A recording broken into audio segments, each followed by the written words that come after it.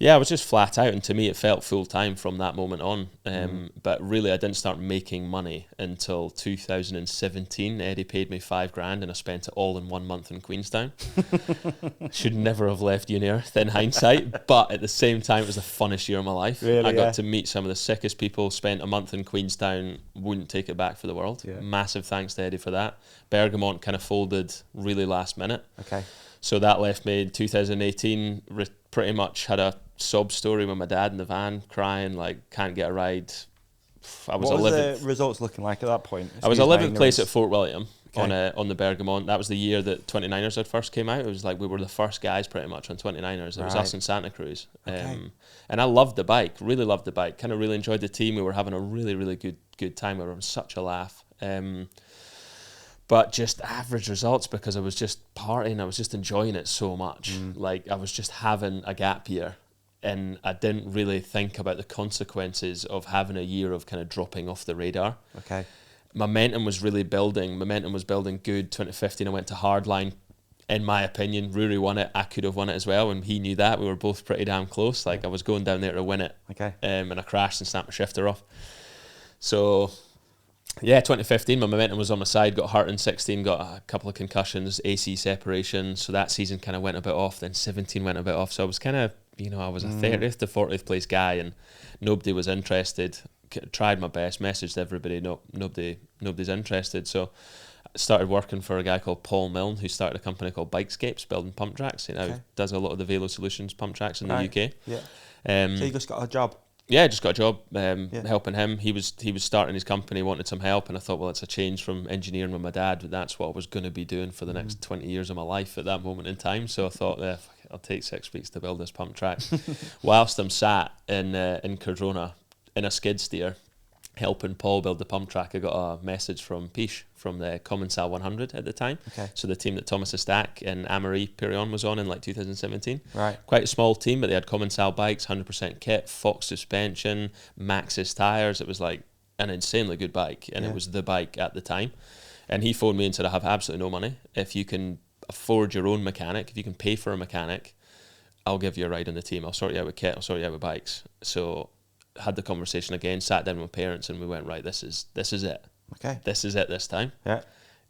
If it doesn't work, we're done. We really are done. You have to think about something else. We can't. This is costing us money, And I was going to say, what does that actually look like? And you don't really have to get into the financials as such, but like no money, you have to pay for a mechanic. How do you put that together? How do you structure that? So at that moment in time for me, Paul Milne was building pump tracks, and in between pump tracks, he wasn't doing a whole lot. So I literally opened the window when I got that message and jokingly said to Paul, "Hey Paul, you fancy going around the world and fixing bikes?"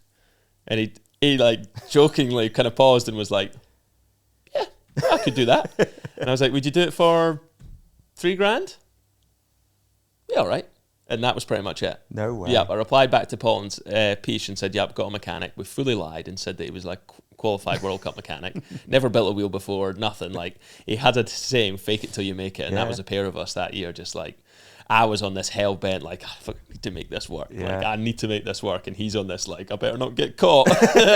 And we just had such a fun year. Me and Thomas Estac got on like a house on fire. Really? So honestly, not a whole lot of prep went into that. I managed to pay him the $3 grand that I made back when I sold the bike, sort of thing, and that was kind of it. The years previous to that, me and my parents done it in just like a motorhome basically, and it was anywhere between 25 and 35,000 you would spend on a full World Cup season. Like as a junior, we tried to hire motorhomes when we could at like Montsanan and Wyndham, but the travelling and the fuel and the flights, and it really does add. It adds up really, really fast, and that's where Tina and Grega back then were like a massive help for us, because they gave me kind of, and actually Ben Arnott, who was Trek World Racing at the time with Aaron Gwynn, Greg Williamson. Okay. He gave me a Trek, and he was helping me out with like some Shimano parts, and he would service some suspension for me. And honestly, all of the contacts that Rory got me in with, all those people helped me out. So there's so much helping in this sport, and you need it. You really, really do need it. Kids that don't have the family income behind them, they need that help, and it makes a massive difference. Getting a mech or a rim or a tyre or because we turned up to Canada and Dad went to buy a tyre and I came back and was like, that was $130. So I basically raced 2 World Cups on 1 rear wheel, and he was putting the rear tyre up to like 35 psi, and he was like, you're not going lower than that, because if you get a flat, I'm not buying another tyre, you know. So like the whole it was less than ideal, but it was perfect for me at the time. And look at how it's worked out, you know. It's like those hardships when you get to the factory teams. In fact, I'd argue that junior kids now shouldn't be allowed to be on factory teams. Like you shouldn't be allowed that so soon, because then when you reach that, there's nowhere else to go at the moment. And I guess that leads me to our team and why I've started it, because we want to try and find that next step. But at the time I was like, this is perfect. I was really happy, but we were struggling, you know. We were just getting by, and my parents were keeping me in check with the amount of money that it was costing, which I'm glad they were doing. It's not like they were just keeping the checks in the background. Yeah, exactly. Yeah. Here we are coming into year 2 and we're on 40,000. You're like, oh my God, how am I ever going to pay this back? Yeah. So no, that struggle is real, and again, I'm so thankful and so lucky that my parents grafted their asses off from a very young age.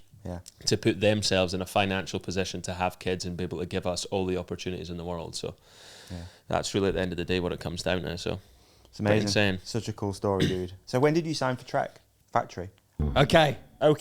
Hey man, what an episode that was. You did amazing in it. And so did you. You shone like a star. You shone like a moon. Can we also put something up here that you can click on for the next episode? How about we put a subscribe up there in the middle? Yeah, we're going to put a video we think that our lovely companionship will love on your face. On my face? Yeah. And so can't see me now? Gone. And on my face, another video that we think people will love. And thank you for watching. Thank you for listening. Please hit like and subscribe. You guys are the best. Peace and love.